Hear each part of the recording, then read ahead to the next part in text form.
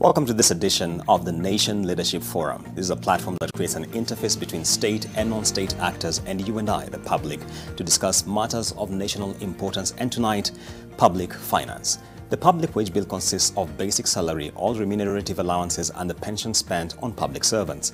According to the latest audited report, Kenya spent about 540 billion shillings servicing public sector wage bill in the financial year between July 2019 and June 2020. If you consider a total tax revenue of 1.6 trillion shillings, that means out of every 100 shillings raised, about 34 is spent in servicing the public wage bill. The Salaries and Remuneration Commission was set up 9 years ago as part of the country's efforts to tame the surge in the public sector wage bill. Kenya's wage bill is on a stable fiscal path. Can gains that have been realized since the National Wage Conference held in November 2019 be furthered? How are counties faring, I should say, in far as managing their wage bill is concerned? To make sense of this and more, I am joined by the Cabinet Secretary for Treasury, that is Honorable Okuri Atani, the Chairperson to the Council of Governors and also the Kakamega County Government, that is Honorable Wycliffe Oparanya, and as well as the Chairperson of the Salaries and Remuneration Commission, Madam Lynn Mengich, and finally the Chief Executive Officer of the IEA, that is the Economic Affairs Institute, Kwame Owino. Ladies and gentlemen, welcome on set.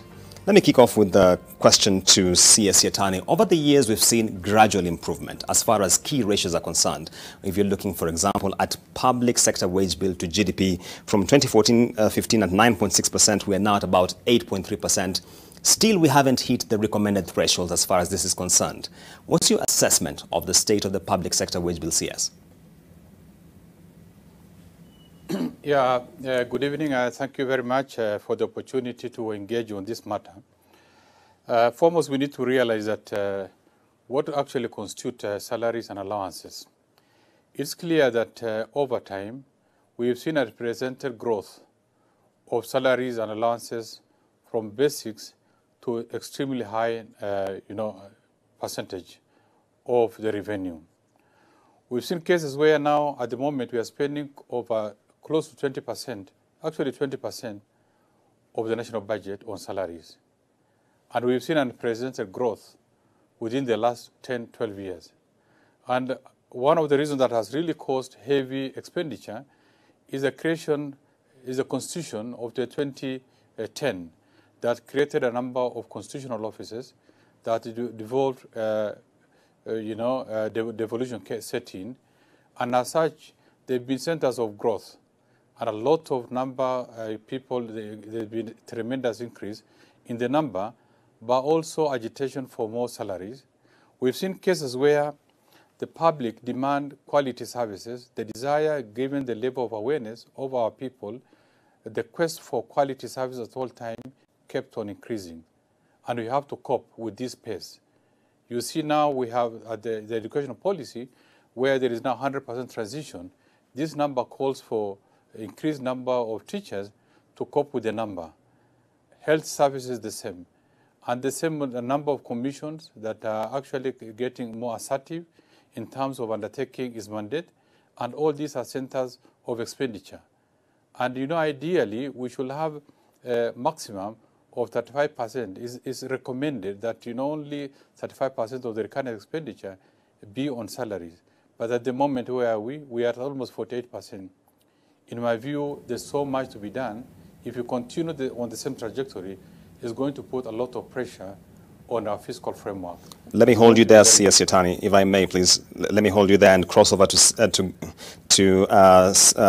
Chairperson of the Salaries and Remuneration Commission, Madam Lynn Mengich. Clearly, the CS there highlighting a couple of things, including the fact that the public finance management framework is very clear that no more than 35% should be going to the salaries and remuneration of persons. What are some of the challenges you're facing as a commission as far as addressing this issue is concerned? First, let me agree first with the CS that currently at 48.1% of ordinary revenue, that wage bill is not fiscally sustainable. Indeed, it crowds out finances for development and social services as highlighted by the CS. However, we've seen improvement over the years, but it has not reached where we would like to be, which is the 35%. So what are the current challenges? So the first challenge that we are facing is increased numbers. So over the years, we've seen an increase in the absolute number of employees in the public sector. Currently, we are standing at about 824,000, and that has risen from about 700,000 in around 2014. So there is just a sheer number of increase. The other real key issue that contributes to the increased wage bill is productivity. If we look at the issue about productivity, if we're able to increase our revenue, then as a percentage, the absolute amount of wage bill would not be the main problem. So one of the biggest challenges is the issue about labor productivity. Okay. And just to put it simply, that is about optimizing the inputs for maximum outputs. Yes. If we're able to do that, we would grow the economy. Economic growth definitely leads to increased revenue, which then means that the revenue of that revenue to wage bill will automatically come down. Okay. So that is one of the big challenges that we have today. But let me mention one other final one, which is also a very big challenge. There are many, but the other one is we've got allowances, which today amount to 48% of the wage bill. Yes. And that's an area that requires a lot of management and control. So those are some of the key challenges today. Let me cross over to Kwame Owino and really latching onto what Madam Lynn Mengich has just pointed out. If you disaggregate Kenya's public sector wage bill, you realize that over time, the proportion being taken by allowances and benefits is increasing compared to the burden pressed by salaries. Kwame, what's your assessment of this trend as we are seeing it? Okay, you're right. And I think Lynn has just mentioned that as well. So for instance, it's amazing that we have 247 distinct allowances in the public sector. 247. I mean, that number in itself just tells you that something is wrong about the design of the wage structure, because it means that anybody can sit in their office and find one way or the other to claim an allowance in addition to their wage. And so what it's telling you, obviously, is that the design is also wrong. So it's just not about whether we can have more money coming into the public sector. If you have 248 allowances, now not everybody is qualified to claim them, but basically it's just a wide range that it means that even if the revenues were to grow, I think the claims for allowances would grow in turn and not shrink that ratio as the chair of the SRC has said. So I think there's just basically a structural problem.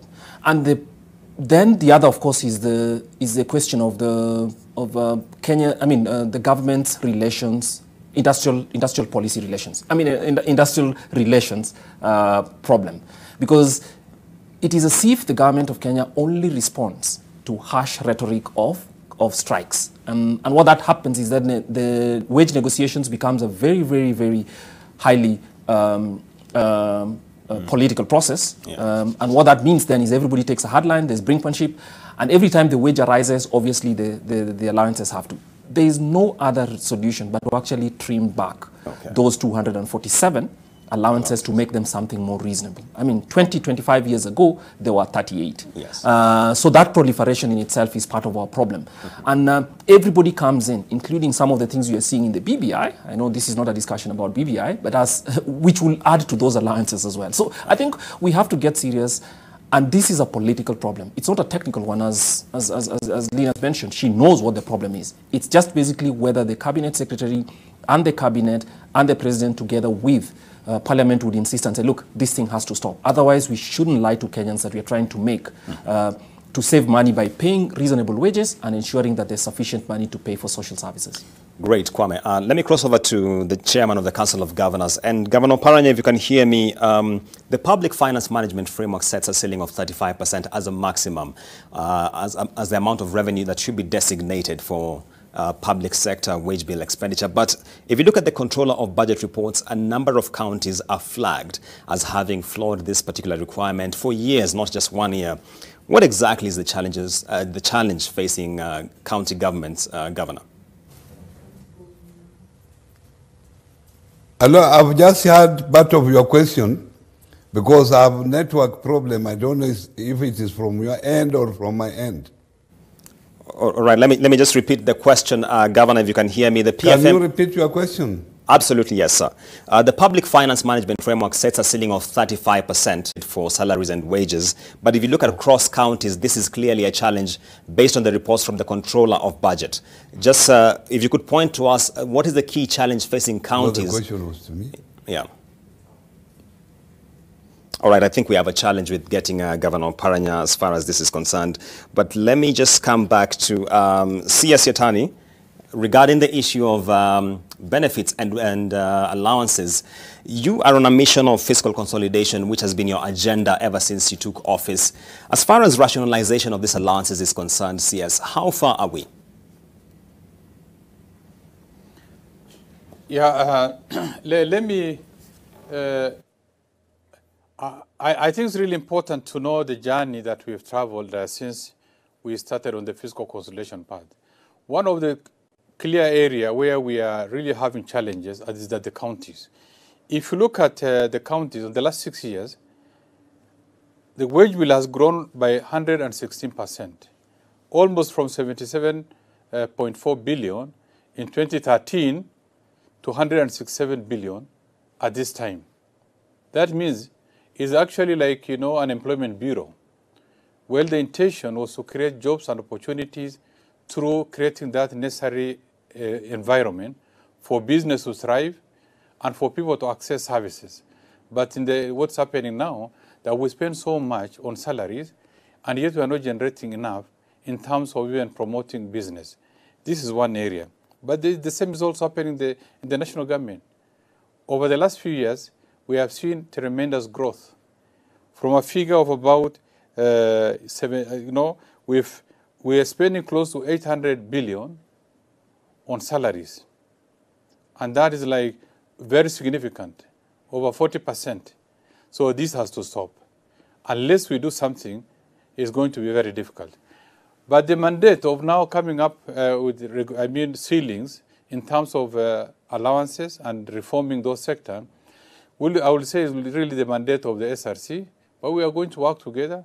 And in the National Treasury here, we are quite lean in terms of bringing on board new staff.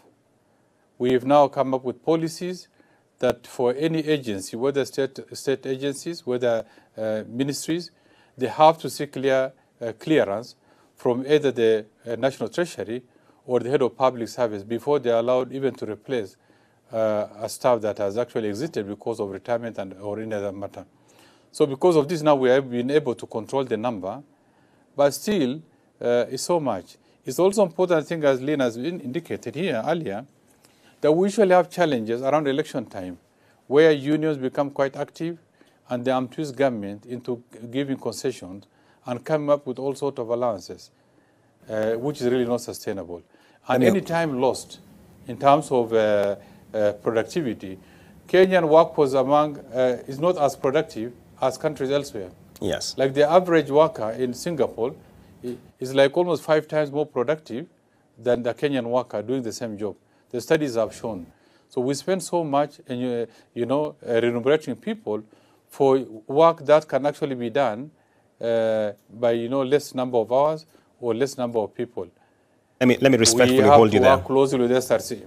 Yeah. Let me respectfully hold you there. I'll be coming back to the issue of productivity assessment and the index which was proposed. But let me cross over to Governor Paranya. If you can hear me, Governor, the Controller of Budget has flagged that only 10 counties are adhering to the ceiling which is prescribed for salaries and remuneration at 35% of revenues. What's the key challenge facing county governments, Governor? I can hear you, but I'm sorry, we had a technical problem. Your machine said a problem. But before I answer that particular question, let me state the situation as it is at the county level. You are aware that when counties were established in 2013, we took over employees of the former local authorities who had a salary already established. And also because functions that were to be performed by the county governments were also transferred. So those particular functions came with the employees, the respective employees. And thirdly, as county governments, we had also to employ our own employees through the County Public Service Board. So we had a mixture of three types of employees, those from the local authority, those from the national government, and those that we employed. You are aware that those who employed ourselves, our salary scales are controlled by SRC. But the other two, we had no control because we had just to maintain the salaries that they were getting. And we found out that the local authority employees were getting very high salaries. So all this put together, it has taken time for counties actually to meet that requirement of the 35%. When the Public Finance Management Regulation came into being 2015, we had agreed with the then CS in charge of Treasury that we will have a transition period of 3 years. Unfortunately, because most of these employees were young, very few have retired, and that's why we still have that problem. So this is a problem actually we inherited from the local authorities and from national government for the functions that were transferred. Otherwise, in our own employees, we work within the guideline of SRC. Okay. Right, and that point by Governor Oparanya takes us to a short break. Remember, NLF will be back, and you can be part of this conversation online by tweeting at NTV Kenya at AmbokoJH. The hashtag is #NMG Leadership Forum.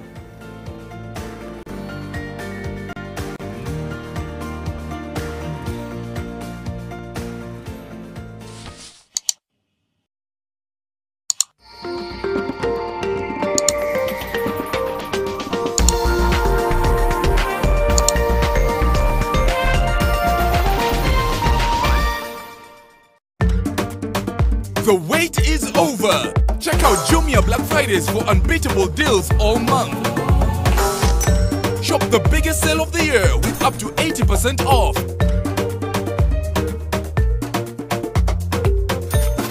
Jumia Black Fridays, even crazier with DTB. Honestly, babe, what is chai bila maziwa? I know, darling. Like in this lactose-free milk. Is it even real milk? Why don't you ask the expert? Me! Gold Crown lactose-free milk is 100% natural cow's milk. The only difference is that the lactose in the milk has already been broken down, making it easier to digest. So no more funny feelings in the tummy. Wow! And it tastes just like regular milk. Because it is! And you've heard it from the cow's mouth. What a relief! Thank you, Gold Crown. If regular milk makes you feel uncomfortable, try Gold Crown lactose-free milk. Milk that loves you. For a better tomorrow, don't forget to do the 1, 2, 3 with Colgate every night.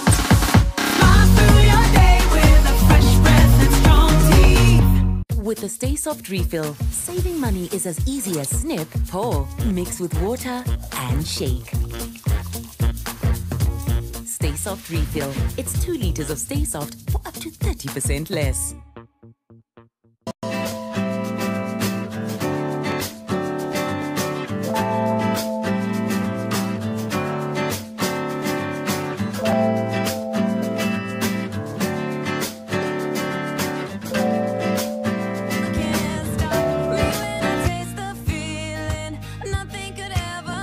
Coca-Cola. Taste the simple joys.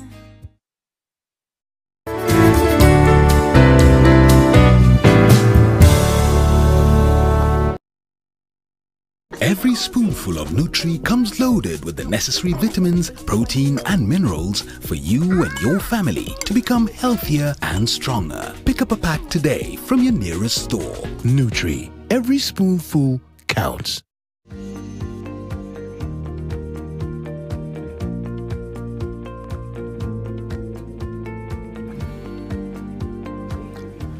Welcome back to the Nation Leadership Forum. Tonight we are delving deep into matters of the public sector wage bill. And just before the break, Governor Oparanya took us through the challenges being faced at the county level.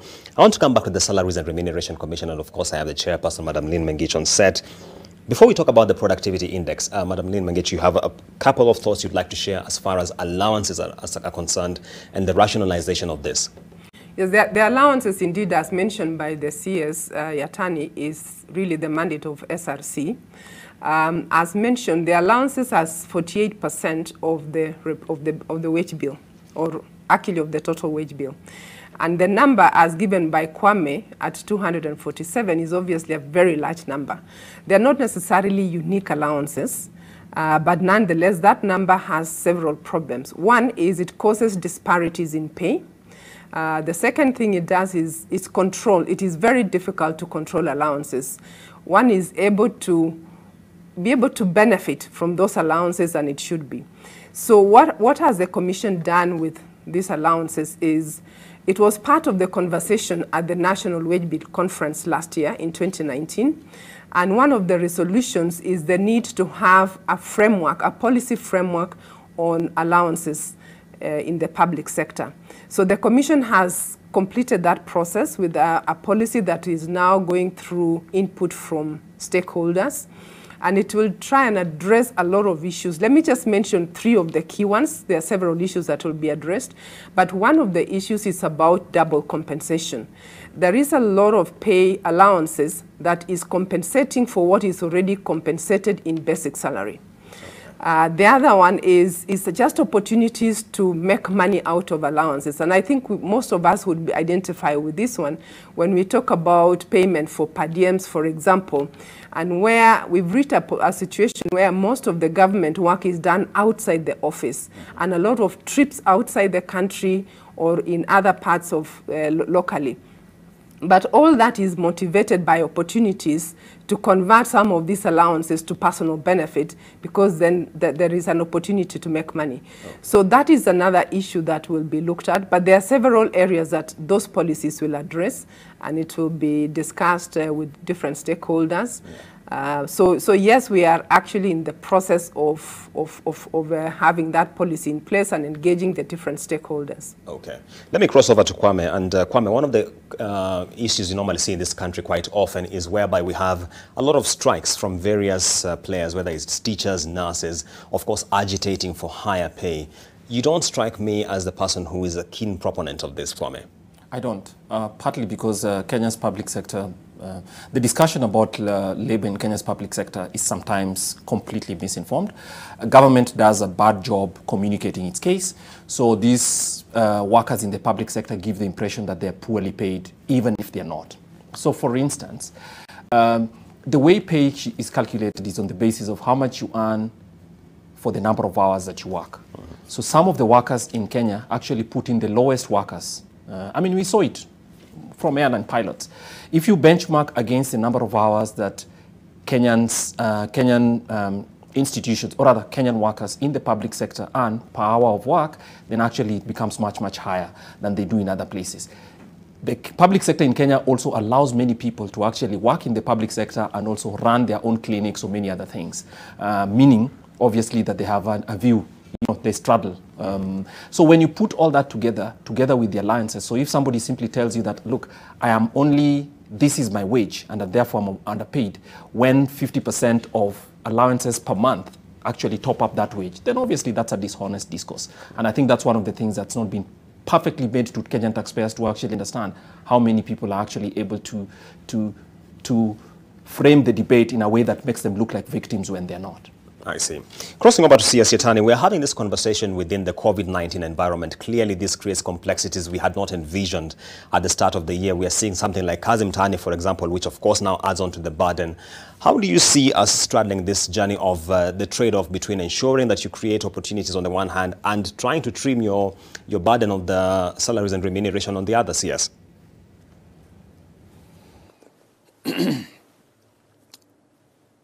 I think foremost, we also need to understand that as a country, we're already given the space the wage bill is occupying. It's really important that we have to really go back to the drawing board and see whether this is sustainable. By doing this, we must also be alive to the state of the economy. The economy requires this circulation of liquidity. The wage bill, however difficult may be to manage, But at the end of the day, this also sustains the economy through creating direct opportunities and the disposable income for the various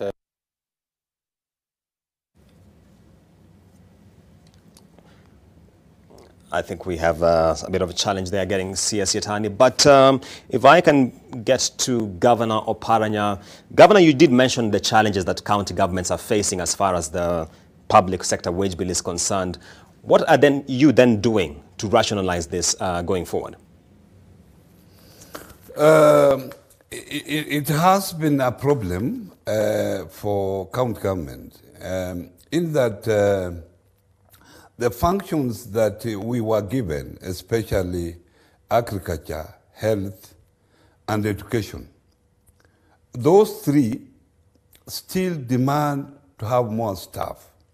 For example, I will give you an example in Kakamega County. I have over 1,000 ECD centers. Before these ECD centers, the teachers were paid for by the community, but now I have to employ them. Within these 1,000 ECD centers, the average stream is 3 per ECD center. In fact, the highest is 8. And if every stream you have to employ a teacher, I will need over 3,000 teachers.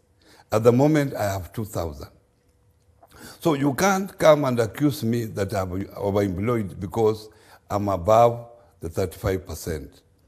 In agriculture, there were extension officers who were employed those days and then they were discontinued. So when we came in to boost the agricultural sector productivity, it forces us to employ more extension officers. So that area we have also a deficit. If you come to health, without the support of the national government, we will still have a big deficit. I feel that most counties are understaffed. However, I think the area that we have not worked on as county governments, which we can blame all of us, is that we have not been able to optimize on own revenue, because that is the only area I think we can now have more revenue, and I think most of the counties are working towards that, so that we are able to raise more revenues locally to employ employees that we feel are required for proper service delivery in the counties. So what we are doing, one, is rationalization of the staff to make sure that the few staff we have are used maximally. Secondly, we are coming up with new structures.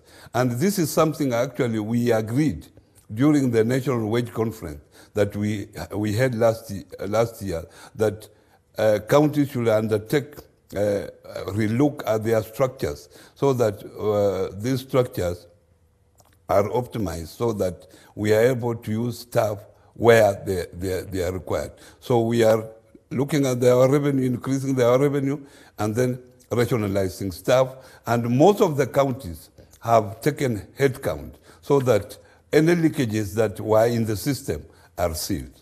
Okay, let me hold you on that thought because I'll be coming back on the subject of Onsource Revenue. But crossing over to Lynn Mengich with me here.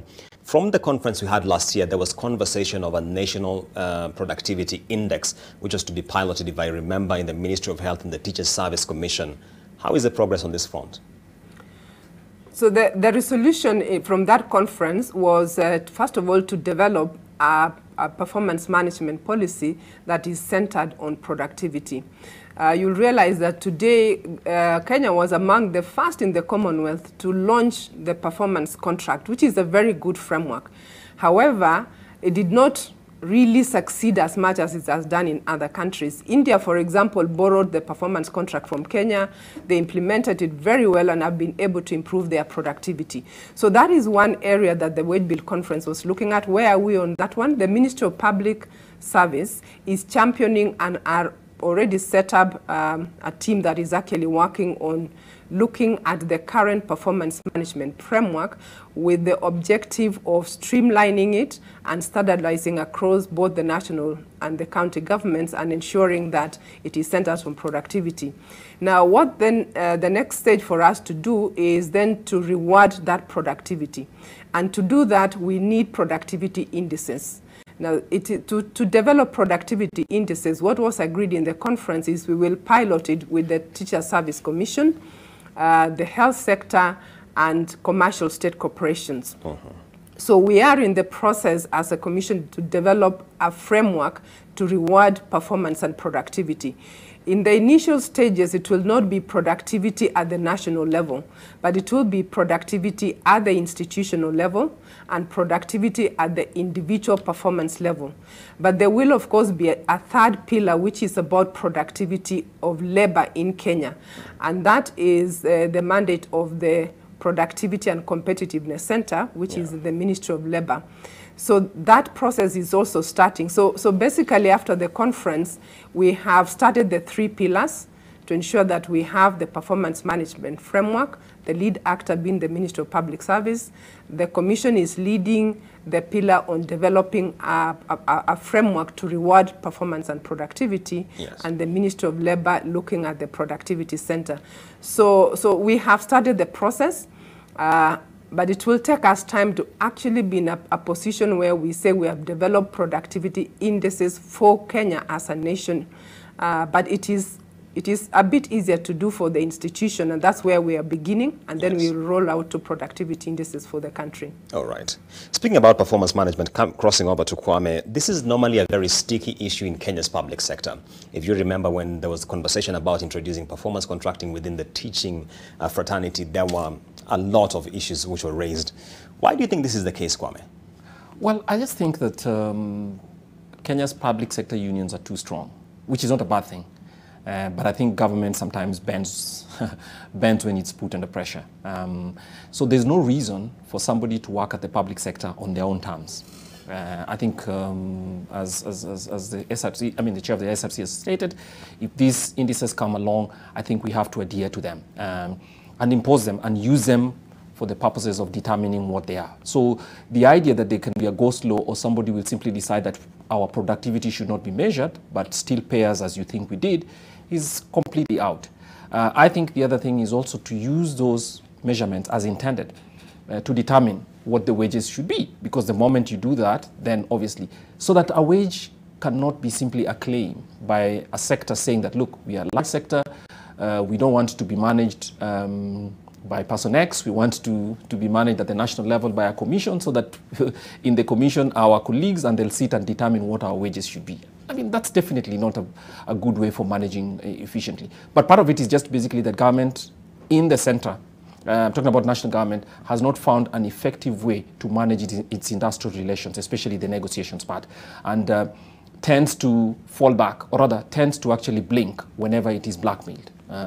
Because these people can draw a hard line, and brinkmanship has become the way they do it. They withdraw services, Kenyans suffer, people die in hospitals, and then the days for which they did not work, they're still paid for it. So that's a very bad mechanism for actually negotiating. So negotiating that capacity in government, or rather creating that capacity in government to negotiate in good faith and not allow itself to be actually blackmailed as has happened, is one of the things that needs to happen. But just briefly, Kwame, still with you, to be fair, one of the unions which raised this issue around performance contracting was arguing around the issue of disparities. So let's say I'm a teacher or a doctor in Moyale vis-a-vis another one in an urban center. The resources at my disposal are very different, and therefore sometimes our output may actually just be a reflection of some of these disparities. Don't you think they tabled a viable case? No, that's viable, but I think we cannot then say that what then is required is for government to say, fine, measured against your peers in your area, what happens? So I don't see any reason why the teachers paid by the public sector in Nairobi, for instance, should have the schools that lead in the country and another one have schools that do not lead. And we cannot have that conversation around wages by simply saying that, look, those conversations need to be had, and I'm sure there are peculiarities in different places. They must be taken into account. But what I'm trying to say is that I think the public sector has to be careful that you're not paying people on their own terms because they have a membership in a union of 200,000 people. Yes. And government will always blink when faced by them. Let me cross over to Governor Oparanya if you're still with me. One of the issues you raised was on-source revenue. A lot of governors I speak to will tell you that they don't feel the avenues accorded to raise on-source revenue equal the devolved functions. Do you share this view? Yes, I share that view because raising on revenue at county level is really a challenge. In that at the county level, there are no structured taxes. At the national level, you know the taxes are structured, so you are able to predict and project what you will be able to collect in future. But at the county level, you know, it's a service that we collect from Mamamboka, and sometimes because of poverty levels, actually, it is difficult sometimes to collect these particular taxes. While counties are endeavoring to make sure that they collect as much as they can, it has been very difficult because our own taxes are not structured. And in fact now, this year, and maybe next year, so long as COVID is still with us, I can tell you counties are going to face a major challenge in collecting on revenue because most markets are closed. And even if they are open, it would be very shameful to go now that you are collecting levies from those Mamamboka. So it is going to be a big challenge. And we felt that in now the PBI that is coming, we have avenues where some of the taxes that are being collected at the national level can be devolved, especially when they affect devolved functions. Then they should be devolved so that we can raise the levels of our own revenue. But finally, we are optimistic that with now the promised increased revenue from 15 to 35%, we are now able to operate within those guidelines of 35%. Because our revenue side is a real problem. Great, and that point by Governor Oparanya again takes us to a short break. We'll be coming back for the tail end of this conversation. Don't touch the dial. Welcome back to this edition of the Nation Leadership Forum, where we are focusing on the public sector wage bill. Crossing over to CS Yatani, who I must apologize to because we didn't get him for a while. CS Yatani, the pension bill is quite a luggage, if I could call it, in this country. And of course, we have had of efforts by the government to the National Treasury to streamline this. What is being done in this area, CS? I think we need to realize that ever since the history of the public service, pension, as a government, we've been running a defined pension where the government takes the responsibility on the attainment of the retirement age. The individual employee is given some lump sum amount, and then every month is given some token payment in form of a pension. But now, since 2012, we've come up with a new law where the individual will also be contributing. It's going to be contributory pension and we are going to implement this. It's been actually a time that we've been toying whether to implement or not. There's been a lot of resistance also from unions, but now we are set and we put all the necessary structure in place. From 1st of January 2021, we'll be rolling out the contributory scheme, where both the employee and the government will be contributing to one basket. And the advantage of this is that, it's transferable. You can even carry your earning or whatever savings that you've made and transfer to another scheme and contribute, even actually benefit from it before the actual date of your retirement. So we are ready to go and we are prepared because we think we should take pride in our own savings as an individual in as much as the government is also contributing the same. And crossing over to Madam Mengich here with me in studio, the superannuation scheme, of course, which kicks on in January, I think. How much of a game changer do you think this could be? Well, if you look at the pension today, it's about 65 billion and projected to grow to 87 billion, and it will continue growing. So from that perspective, if you look at that percentage, going to a contributory pension scheme definitely is going to contribute to reducing the burden that the government is taking on pension. So yes, it's one of the very key important factors to the wage bill, but the other key drivers of the wage bill must be addressed, because at that percentage of 65 as a percentage of 795, you can see it is substantial, but you will need to do much, much more to say it's a game changer. All right. Crossing over to Kwame regarding this subject, one of the questions online is, Kwame, do you think we have a pensions crisis in this country? I mean, in the public sector, yes. Yes, obviously, in the public sector, yes. Because the public sector pension is what I think economists call a pay-as-you-go, where there is no set-aside fund for the payment of that pension. And so what happens is that pension, when somebody retires after their service in the public sector, they rely on revenues being raised by government, and then that's used to pay their pension. And that's a dangerous one because it's not sustainable. We are lucky we have a young population, and obviously many more people haven't gotten to that end. But what that means is that when you suddenly have a demographic change where you have many more people retiring, then obviously it becomes a problem. As you can tell, over the last, I think, 10 years, there's been a change of retirement age. Not because we like people to work longer, but just because government didn't have the money to actually be able to pay their lump sum all at a go. So obviously that already means it was creating some clogging public finances in a way that was forcing government to make decisions that, with that in mind, basically bearing that constraint in mind. So if we have one that starts with the contributions, everybody contributes, then it's clear that that money can be placed aside, and that's a good thing even for national savings. All right, crossing over to Governor Paranya, if you can hear me, the same subject. You are for a long time in the planning and policy space in this country. What are your thoughts as far as pension management in the country is concerned? Unfortunately, I can tell you that county governments don't have a pension scheme at the moment.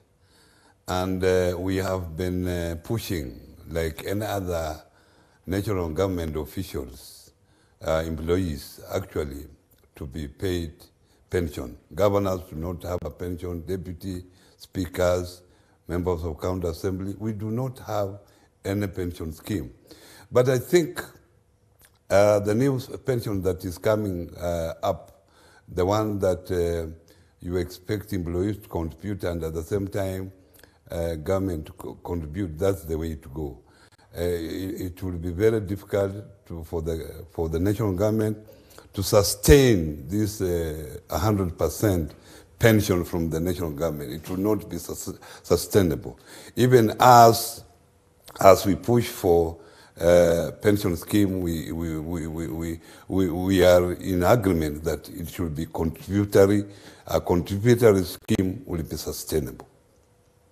Let me come back to Madam Lynn Mengichi in studio. A lot of questions online asking whether you feel your hands are tied as the SRC.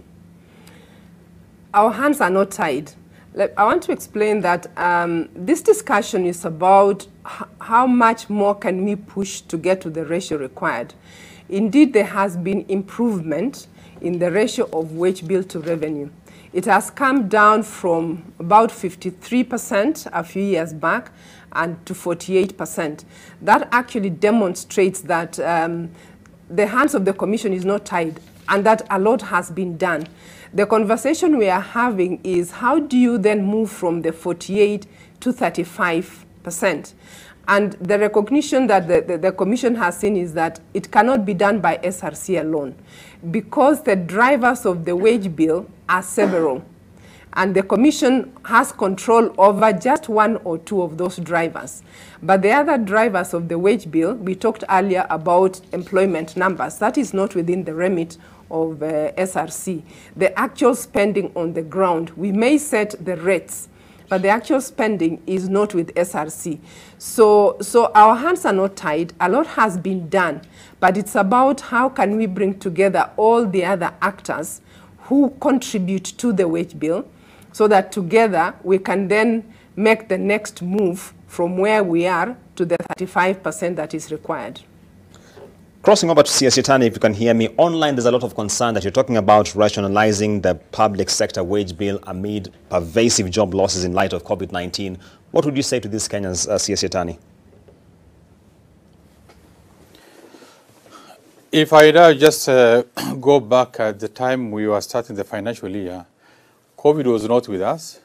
we were working on a stringent budget rationalization program, but we were not touching salaries. We were keen about reducing expenditure, particularly where we had some discretions, including travels, foreign travels, domestic travels. We were able to contain expenditure on that front, but we did not either get the courage, or we were not seeing it feasible to reduce on salaries. Because at the end of the day, particularly this challenge of COVID, we need people to work, we need people to contribute, we need to keep the economy afloat, because we need to cushion the economy. Loss of jobs can be detrimental, not only at the individual income level, but also at the economy, because you have to create, people have to have disposable income for them to buy food and other necessities, which is actually keeping the economy alive. This is key.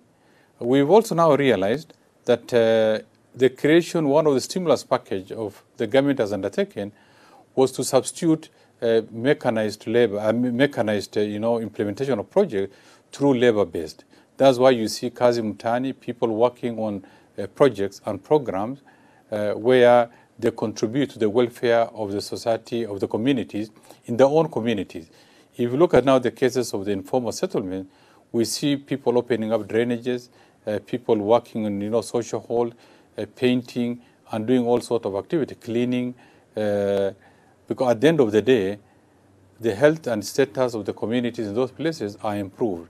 But more importantly, the individual worker gets money at the end of every day and is able to buy, to sustain the informal economy by buying, a quarter meat, by buying unga, by buying sugar, and through these, the economy will keep on surviving, at least for the time being. Okay. That's why we are very keen about, labor-based contracts. Kazi Mtaani, people working on rural roads, instead of using machines, using, labor, so that, the multiplicity of all these can support the economy. Let me hold you there, see as clearly an attempt to go into the labor-intensive engagements here. Crossing over to Kwame, there's some feedback here for you. I disagree with Kwame on the argument about unions. Why can't he talk about the disparity of pay between the public and the private sector in some sectors? Okay, well, I think comparing public sector and private sector is not necessarily sound thinking, because there are some jobs in the public sector that are not available, that cannot be performed in the private sector, and the reverse. So obviously, but let's compare the ones.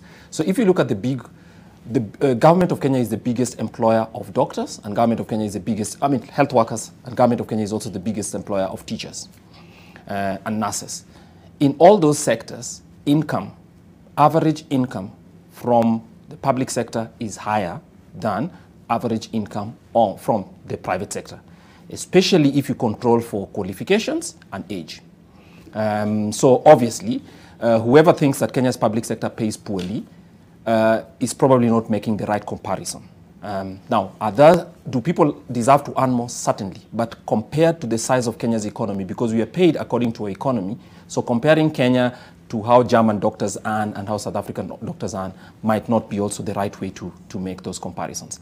So the point here is it's not aggression against unions. It's to say that because of union power, which is entirely a right under the Constitution, many people who work for unions in the public sector in Kenya have gotten a premium wage that they wouldn't get if they went to the private sector, for instance. And that's just a point of fact. It's not to express hatred or a desire for people not to have their jobs. All right. Coming to Governor Oparanya, there's some feedback here. If you can hear me, Governor. The issue is not about allocating more to counties, because counties still have revenue absorption challenges. How do you respond to this, Governor? We have no absorption challenges, I can tell you. We have been in existence for the last 8 years. And in the last 8 years, I think we have now structures in place that are able to absorb funds as quick as possible. We had problems, especially the first 2 or 3 years of devolution.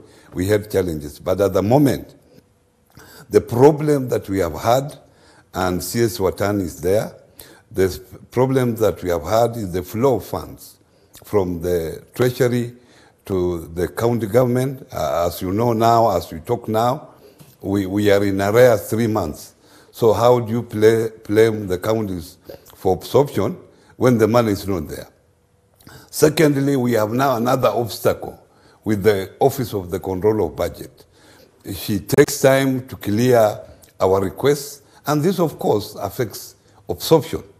So to me, those two factors affects the absorption at the county level. Otherwise, at the moment, counties have proper structures that will absorb as much money that is available to the counties. All right, and coming back to Lynn Mengichi in studio with me, there's a question here about, you're talking about a national wage, you're talking about a national welfare and benefits policy. Are counties involved as far as this is concerned? Yes, the counties are involved. Let me just say the genesis of a lot of the what we are doing today was the resolutions from the Wage Bill Conference. That Wage Bill Conference involved both the national government, the county government, and indeed we had all the stakeholders from both private and public sector. These resolutions were then adopted by the 8th Summit in February 2020. So it then ceased to be an SRC resolution, but it's actually a national agenda. And let me also clarify that there is a steering committee that was set up at the summit. That steering committee is chaired by the CS, Ministry of Public Service, and co-chaired by the chairperson of Council of Governors, Mr. Oparanya. So that just goes to demonstrate that we are doing around the Wage Bill Conference involves both the national and the county governments, and even in the policies that I've just mentioned that are being developed, it does involve both levels of government. And what timeline are we looking at as far as this is concerned? Specifically, let me talk about the allowances policy, which is a specific one to develop a framework to streamline allowances and benefits in the public sector. It is at the preliminary stage of stakeholder input. There will then be the second level of a wider stakeholder input. So that is the stage where we are at the moment. We are projecting that by the end of this year, we will have gotten the stakeholder input, and therefore beginning next year, we will then see how to start rolling out. So quarter one of next year, we should start rolling out that policy, having gone through all the various stages that is required to ensure that everybody is brought on board. CS Yatani, a question here for you. If the CS is serious about rationalizing the wage bill, why doesn't it start with the recommendations Treasury puts to the National Assembly as far as the benefits of parliamentarians are concerned? CS Yatani. Yeah, thank you very much. This has always been a very difficult area. I think the right person to actually answer that is Lee Mengich, because how SRC has suffered, when they made attempt, the budget was reduced by National Assembly almost to a bare minimum, and they were not even able to function. It's a very difficult process because National Assembly, General Parliament, have a key role in budget making, and whatever attempt we make, sometimes we hardly succeed.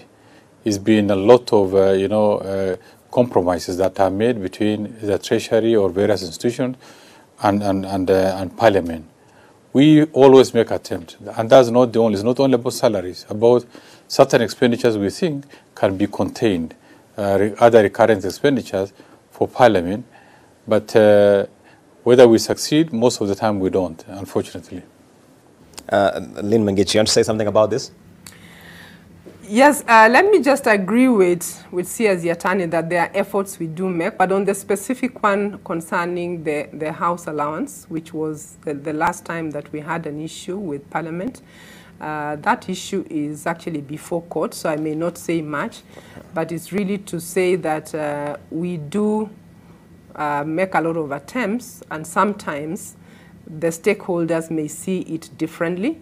And for that specific one, as I said, it's in court, so we can't speak about it. But it's not because the Commission has not attempted to manage some of these benefits that stakeholders may ask or demand. Kwame, your thoughts as far as that issue is concerned, the role of the National Treasury, putting it side by side with the National Assembly, and the checks and balances as far as this runaway expenditure is concerned? Well, I think we have a constitution that determines how budgets are made, and we have a role that has been assigned by that constitution as well to the Salaries and Remuneration Commission, and obviously specific roles to the Treasury too. So there's a requirement for these negotiations to take place. And if the SRC makes a decision, which is obviously within the responsibilities granted to them, if this matter is in court, let's see and hope that the court is persuaded. But I think the idea that Kenya's parliament weaponizes the budget, and that's my words, nobody else's, where it punishes independent institutions for doing their jobs that they're required to do, is actually a bad trend, and it's something for which Parliament needs to be called out. I hope the courts do the right thing as well, but anyway, like everybody else, we need to watch. That said, I think the idea about budget making being one that is negotiated between the executive and the Parliament, and obviously other arms of government as well, pitching in, is what a good constitution is supposed to do. So perhaps we are still in the learning stages, but I think Parliament needs to be alerted to the fact that it uses the budget to try to make its way and actually undermine the roles of certain institutions. So let's see what the courts decide here. Going to Governor Oparanya, there's a lot of concern online regarding the state of counties and COVID-19 and what this means for your revenues. I know you spoke a little bit about the issue of Onsource Revenue at the start of this, but just give us what your outlook is like, especially in light of the situation we are right now. At the moment, it is very bad, in that this is the time that now COVID is at the counties, at the community level. Quite a number of people have been infected. We have lost also some people through COVID-19. It is a very, very bad situation. And of course, because of that, that is going to affect the economies of all the counties in terms of activities, because some of us have even closed offices because of what is happening, and as such, the little revenue that we use to collect at the grassroots level, it will not be there. In fact, in my own county, we had to adjust the last year's own revenue by over 600 million, which meant all activities that we had planned to do within that 600 million we were not able to do. And this year, because we have started with the COVID from 1st July, up to now we are still in it, and we are not sure how long this will go, then I'm very certain that this is going to be a very bad year in terms of own revenue for all the counties. All right, thank you. And I'm told by my director that I have about 4 minutes to go. So let me just start by picking up closing thoughts. Let me start with Kwame. Your closing thoughts around the public finance management as far as the wage bill is concerned. Well, I think as was stated, the diagnostic is clear. Government in some areas has too many workers. Their productivity is low, so that reflects on the wage bill. Secondly, I think the design of the wage structure in Kenya, where you have most of the money and as allowances, allows for a lot of cheating and actually distorts the public wages policy. I personally would have no problem if wages were increased by, say, half of what the allowances are, because if you talk about allowances coming down to close to 300 billion, that's a lot of allowances. So I'd rather just have people have 20% more or 30% more, reduce the allowances to maybe 15 or so, define them properly, and actually just put caps so that you're not having people get the perverse incentives to have meetings again and again. Okay. That is inevitable. Governor Oparanya, your closing thoughts? I think the national government has to do more because we had a conference, very, very successful national wage bill conference nearly a year ago, and we agreed on quite a number of issues. Most of those issues were to be taken by either government ministries like Ministry of Public Service, Ministry of Labor, SRC. But unfortunately, up to now, we have not seen them take that particular initiative because the policies that they were to undertake, we have not seen anything at the moment. So I think the national government should move as fast as possible. SRC should deal with these issues of the MENA allowances, which are very difficult to control, so that actually we are able to squarely deal with the wage bill. While on our part, we should work on own revenue to make sure that we collect as much as possible. The wage bill at the moment, which we said was about 48%, and has been showing a positive trend. However, looking forward and going by what the CS say, there are challenges in revenue. And this is to do with the COVID-19. So given that that is the position where we are today, the ratio will actually get worse, because if our revenues goes down, it means that the ratio will go down. So the challenge ahead for us in terms of wage bill is we are likely to see a reverse of the trend that we had been seeing. And that poses a challenge that we must control the wage bill more than before. We cannot afford to continue where we are doing. And lastly, as we continue discussing, is that the wage bill drivers are not all controlled by the Commission. Okay. Some are controlled by stakeholders. And therefore, this becomes a national conversation where all stakeholders play their part to ensure that we are able to reach the target set in the PFM Act. Okay. And CS Yatani, your closing thoughts very briefly. Yeah. It's really important that a sustainable wage policy and a strict adherence to this policy is key. We do not want a situation where wage bill runs ahead of the GDP growth. Otherwise, it can easily crash. Number two is now we are at a critical point of the implementation of the contributory pension scheme. This is really key and almost needs to take seriously, because now we are now going towards a situation where we're going to have more people retiring and going to put a heavy load on the exchequer. And then lastly, one key area that we need to take seriously and we need to look for ways is the productivity. We rather have fewer people, but able to produce enough service delivery, and at the same time also playing their role effectively, so that the rest of the employees are released for mainly the private sector or to engage in other areas of production.